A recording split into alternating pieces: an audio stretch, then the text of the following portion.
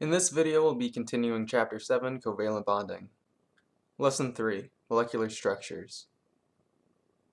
Here's your essential questions for Lesson 3. So, what are the basic steps to draw Lewis structures? Why does resonance occur? And which molecules are exceptions to the octet rule? Topics and sections of structural formulas, resonance structures, and exceptions to the octet rule. Here's your vocabulary. So structural formula, that's going to be a molecular model that uses symbols and bonds to show the relative positions of atoms. The structural formula can be predicted by drawing the Lewis structure. Resonance occurs when a molecule can have more than one Lewis structure. A coordinate covalent bond occurs when one atom donates 2 electrons to form a covalent bond. Structural formulas. So when we study about covalent compounds, we use models to represent the molecule. So there's several different models that we can use. For example, the molecular formula, that's just going to show the element symbol. So right here, so we have P for phosphorus, H for hydrogen. And it's going to have numerical subscripts. So these numbers, these little numbers at the bottom, these are called numerical subscripts, and that's going to show you how many of each atom we're going to have for that particular molecule.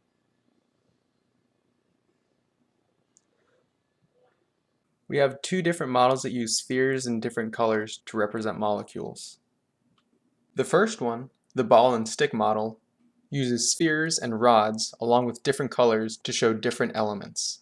The space filling model shows the spheres, but they lack the rods. And remember, the different colors are used for different elements. So for example, the purple sphere you see is going to represent phosphorus, and the blue spheres that you see are going to represent hydrogen. One of the most useful molecular structures is going to be the structural formula. So for the structural formula, you're going to have the element symbol, and it's going to be connected by these bonds. It uses letter symbols to represent the elements.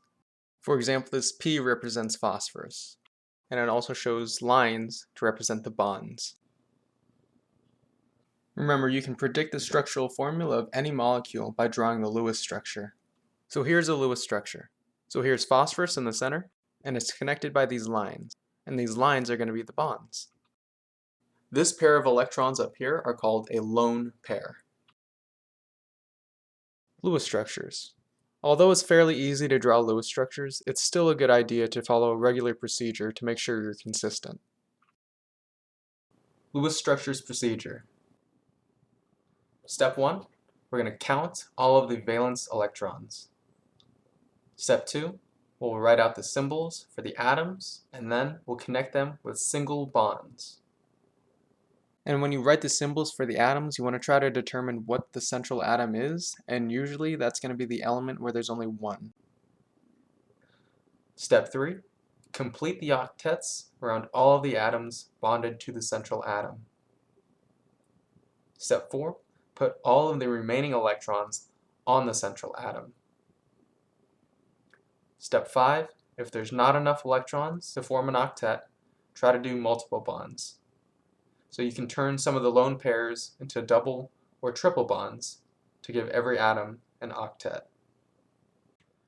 Alright, so let's start out with an example for oxygen. So remember the first step, so we're going to count all of our valence electrons. So we have oxygen, and we are going to have 2 of them. So if you look at a periodic table, oxygen is going to have 6 valence electrons since it's in group 16. So we'll have O2. So each one of those is going to have 6 valence electrons. And remember, we have 2 oxygens, so we're going to multiply by 2. So we'll have 12 valence electrons.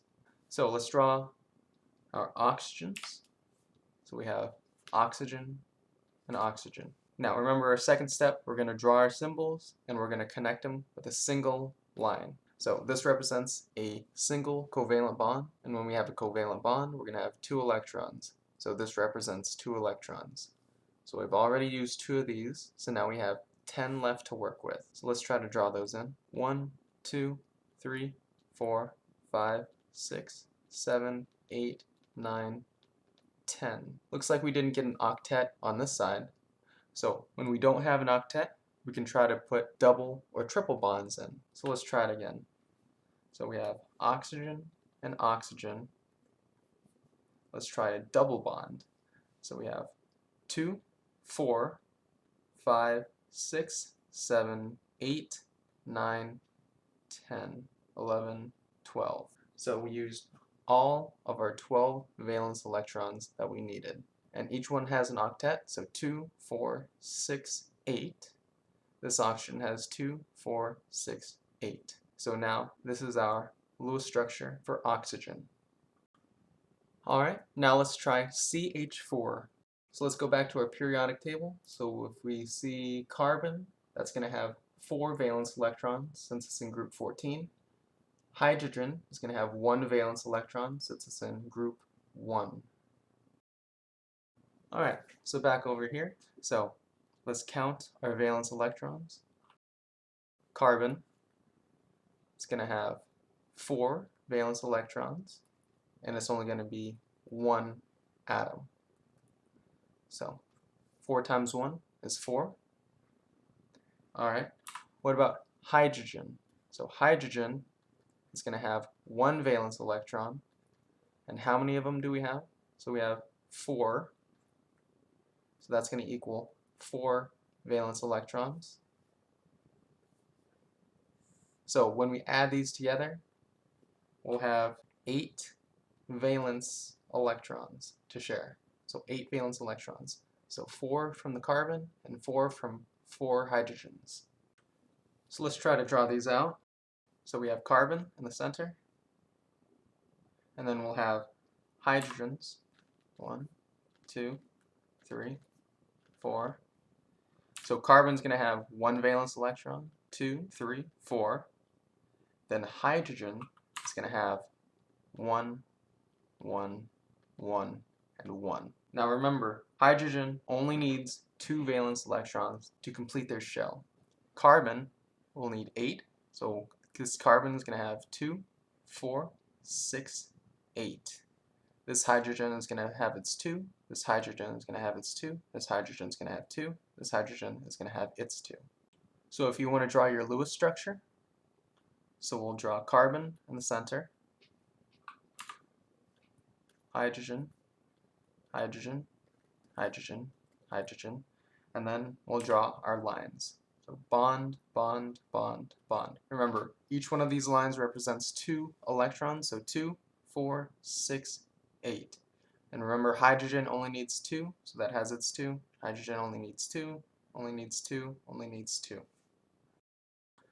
Alright, in this example, let's try to do CO2. So if you look at a periodic table, carbon is going to be in group 14, so it'll have 4 valence electrons. Oxygen is in group 16, so it'll have 6 valence electrons. So let's count our valence electrons. So for carbon, carbon only has 4 valence electrons, and it'll have only 1 carbon atom. So that'll be 4. Oxygen has 6 valence electrons, and remember we have 2 atoms of oxygen, so we'll multiply by 2. So now we're left with 12. Alright, so if we add those together, so 12 plus 4 is going to be 16 valence electrons that we can use. Alright, so let's try to find our central atom. So remember, our central atom's usually going to be the one that there's only a singular one of. So let's have carbon in the center, and then we'll have oxygens on the end. Now let's draw our bonds. So we'll start off with a single bond connecting the carbons and the oxygens. Alright, so now that we used 4 electrons, remember each one of these lines means 2, so that's 2, that's 4. So 16 minus 4, that's going to be 12, so we have 12 left. So we have 1, 2, 3, 4, 5, 6, 7, 8, 9, 10, 11, 12. Alright, so let's try to count to see if we have our octets. So this oxygen, we have 2, 4, 6, 8. That's good. 2, 4, 6, 8. This oxygen's also good. What about this carbon? We only have 2, 4. So this carbon is missing an octet. So let's go to our next step. If we don't have enough electrons for a central atom, try to put in double or triple bonds. So let's just try to make a double bond on this left-hand side. So let's get rid of these 2 electrons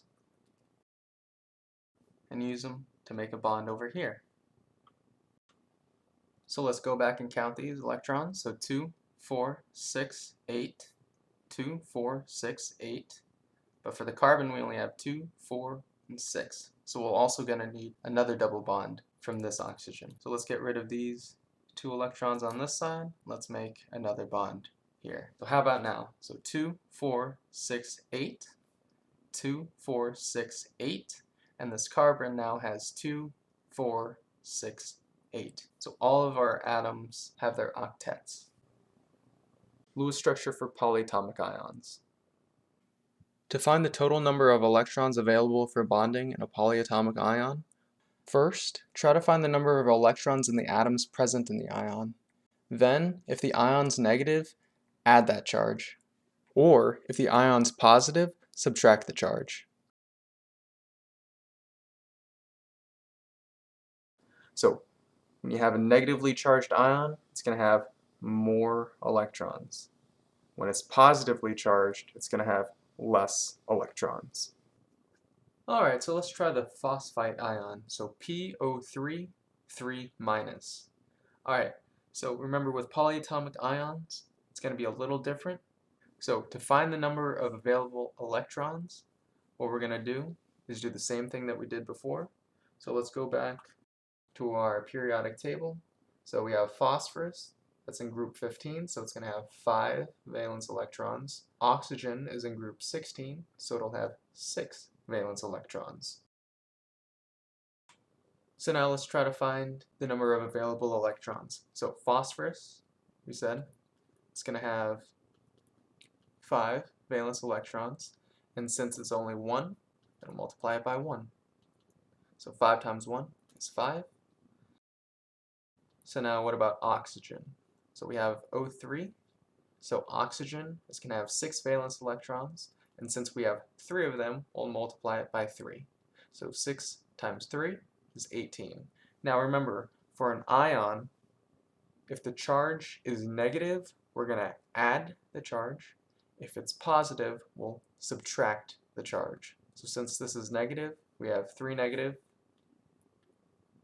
So that's going to turn into 3 electrons that we're going to add on.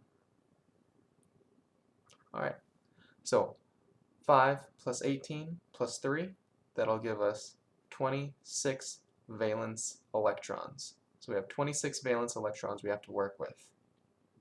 So now let's try to find that central atom, and we'll try to figure out the skeleton of this ion. So we have phosphorus, that's going to be in the center, and then we have oxygens attached to it. Now our next step is to make our bonds. So remember, each one of these bonds means 2 electrons. So we have 2, 4, 6 electrons that we used so far. So 26 minus 6 is going to be 20. So that's how much we have left. So let's start filling them in. So 1, 2, 3, 4, 5, 6, 7, 8, 9, 10, 11, 12, 13, 14, 15, 16, 17, 18. Now remember, once everyone has their octet, we'll start adding electrons onto the central atom. So we have 18, 19, 20. So this is the Lewis structure for phosphite.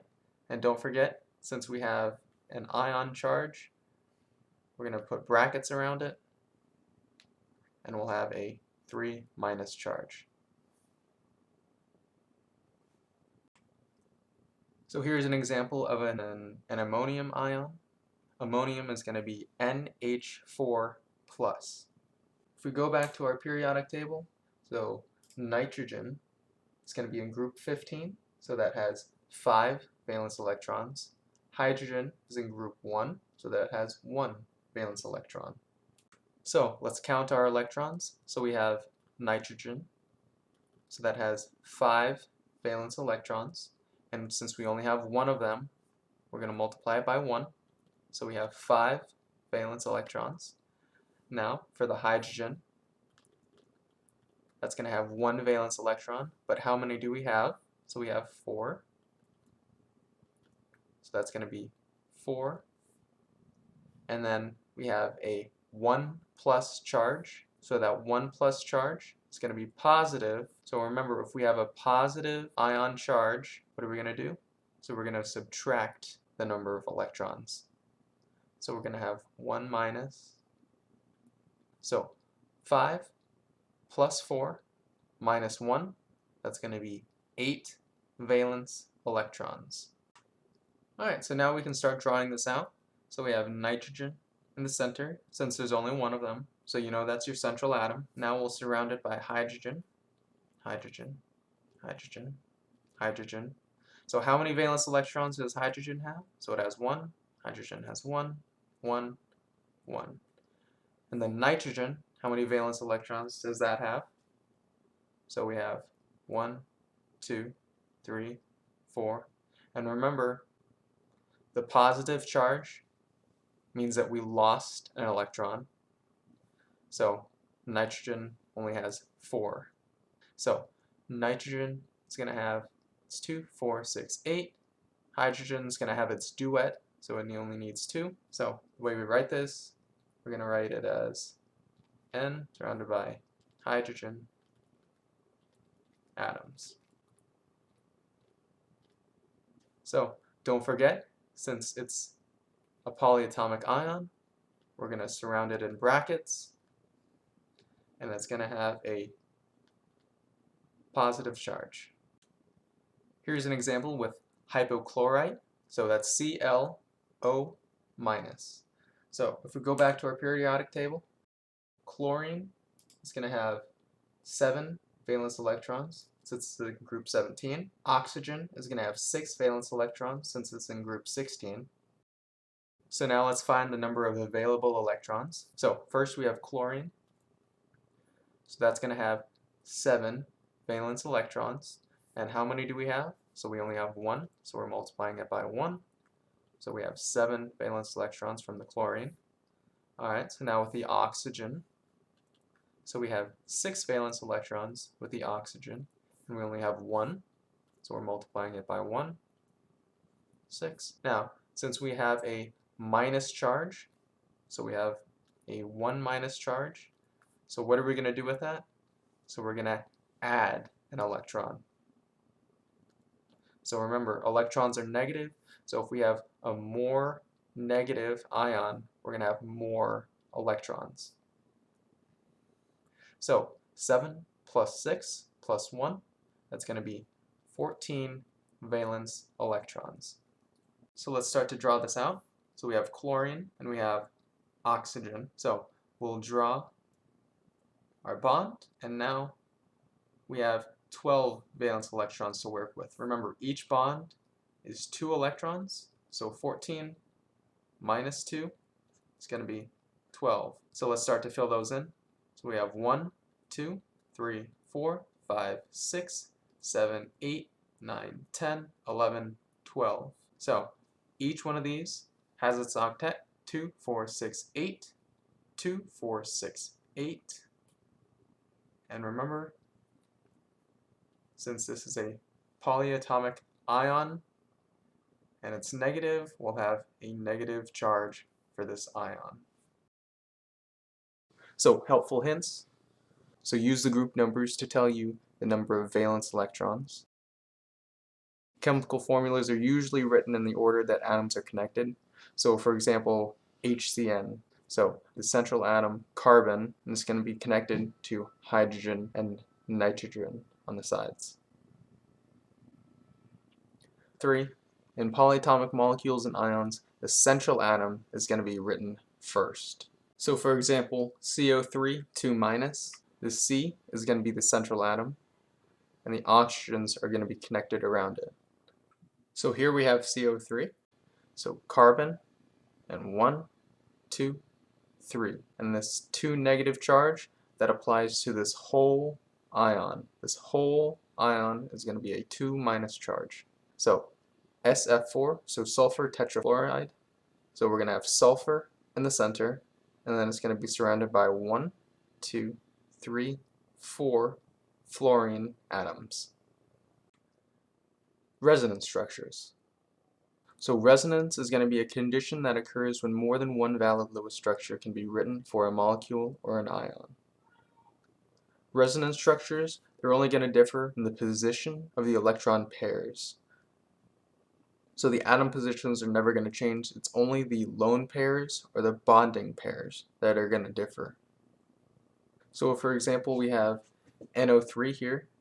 So we have 3 equivalent structures. So this N, nitrogen, is going to be in the center, and it's going to be surrounded by these 3 oxygens. So notice how in each resonance structure they have the same structure. The only difference is that the lone pairs and the bonds are in different positions. So here the double bond is here, and here the double bond is up here, and then this one, the double bond is over here. This oxygen has 3, this one has 2, this one has 3. Over here, this one has 2, 3, 3, 3, 3, and 2 over here. It might be easier to watch an animation, so here's trioxygen, also known as ozone. So remember our steps. We're going to draw out our atoms. Now let's connect them with bonds. Now remember, each one of these lines means 2 electrons. So that means we have 1, 2, 3, and 4 electrons. So now we can start filling in the rest of the 18 electrons. Remember, oxygen has 6 valence electrons, so 6 electrons times 3 oxygens equals 18. Alright, so let's just double check that we have all of our electrons here. 1, 2, 3, 4, 5, 6, 7, 8, 9, 10, 11, 12, 13, 14, 15, 16, 17, 18. Now let's look at each individual atom to see if they all have their octets. So we can start off with the central atom. So that has 1, 2, 3, 4, 5, 6, 7, 8. So this oxygen is happy. What about this oxygen on the left? Here we have 1, 2, 3, 4, 5, 6, 7. So this is not an octet. What about the oxygen on the right? 1, 2, 3, 4, 5, 6, 7. So the 2 oxygens on the ends are both unhappy. They don't have their octets. So let's try to fix this by making some double bonds. So let's make a double bond on the left side. So we move these electrons, and then they create a double bond. So how many electrons do these oxygens have now? The one on the left has 1, 2, 3, 4, 5, 6, 7, 8. The central atom has 1, 2, 3, 4, 5, 6, 7, 8, 9. And the one on the right has 1, 2, 3, 4, 5, 6, 7. So the central atom has 9, and the one on the right has 7. So we can move one of the electrons over to the end. So the one on the right has an octet, the one on the center has an octet, and the one on the left also has an octet. So this is our first resonance structure of trioxygen. Now, remember, resonance structures mean that they can have more than one form. So instead of the double bond being on the left, it could also be on the right. Now remember, electrons are always moving, they're always moving back and forth, and these electrons are going to be ping-ponging back and forth between all 3 of these oxygens. And eventually we can get a double bond on the right-hand side. Now let's check to see if we have our octet now. So we have 2, 4, 6, 7, 2, 4, 6, 8, 2, 4, 6, 8, 9. So let's try to move this one electron over to the left. And now we have our second resonance structure for trioxygen. And this picture is showing you the same exact thing, except it's just not animated. So on the bottom we have our 2 resonance structures, and they're going to ping pong back and forth between these 2 variations of the same molecule. Half of the time it'll look like the one on the left, and half the time it'll look like the one on the right. So polyatomic ions can also exhibit resonance. So here's an example of NO3-. So the double bond can be up here, it can be over here, or it can be over here. For carbonate, the double bond can be over here, it can be up here, or it can be over here. These structures can ping-pong back and forth to one another. Exceptions to the octet rule. So far, whenever we talked about an atom or a molecule, we always talked about the octet rule and how atoms are most stable when they have 8 valence electrons. However, there are some molecules and ions that don't obey this octet rule. So there's 3 different categories of these exceptions. First, there can be an odd number of valence electrons. Second, there's less than an octet. Third, there's more than an octet. So if we have an odd number of valence electrons, we won't be able to form an octet because 8 is an even number. For example, we have NO2. Nitrogen has 5 valence electrons. 2 oxygens will have 12, so 12 plus 5, that'll get you 17. And since 17 is an odd number, we can't have an even number of electron pairs. So here we have 2, 4, 6, 8, 10, 12, 14, 16, 17. Less than an octet. So another exception to the octet rule are called sub-octets. Sub meaning less than, octet meaning 8. And this group is relatively rare. One example is BH3. B is called boron and it's a group 13 metalloid. So it'll have 3 valence electrons. So it can form 3 covalent bonds with other atoms. And in the case of BH3, it's only going to share 6 valence electrons. Coordinate covalent bond. A coordinate covalent bond is going to form when one atom is going to donate 2 of their electrons to another atom that needs 2 electrons. So for example, we have here BH3 and NH3. The nitrogen of NH3 is going to donate both of those electrons to form a coordinate covalent bond. More than an octet of valence electrons. So the third and largest group of compounds that don't follow this octet rule is called an expanded octet. This is also called hypervalency. So it has a central atom that's going to contain more than 8 valence electrons. So when you draw the Lewis structure for these, they'll have either extra lone pairs or more than 4 bonding atoms. So one example of an expanded octet is going to be PCl5. So as you can see in the center we have a phosphorus and it's surrounded by 1, 2, 3, 4, 5 chlorines. So 10 electrons are going to be shared for this single phosphorus in the center. So 2, 4, 6, 8, 10. So that's more than an octet. Another example is going to be SF6. So we have sulfur in the center and it's surrounded by 1, 2, 3, 4, 5, 6 fluorines and it's going to be sharing 12 electrons. So 2, 4, 6, 8, 10, 12. So for a summary, different models can be used to represent different molecules. Resonance occurs when more than one valid Lewis structure exists for the same molecule, and exceptions to the octet rule also occur in some molecules.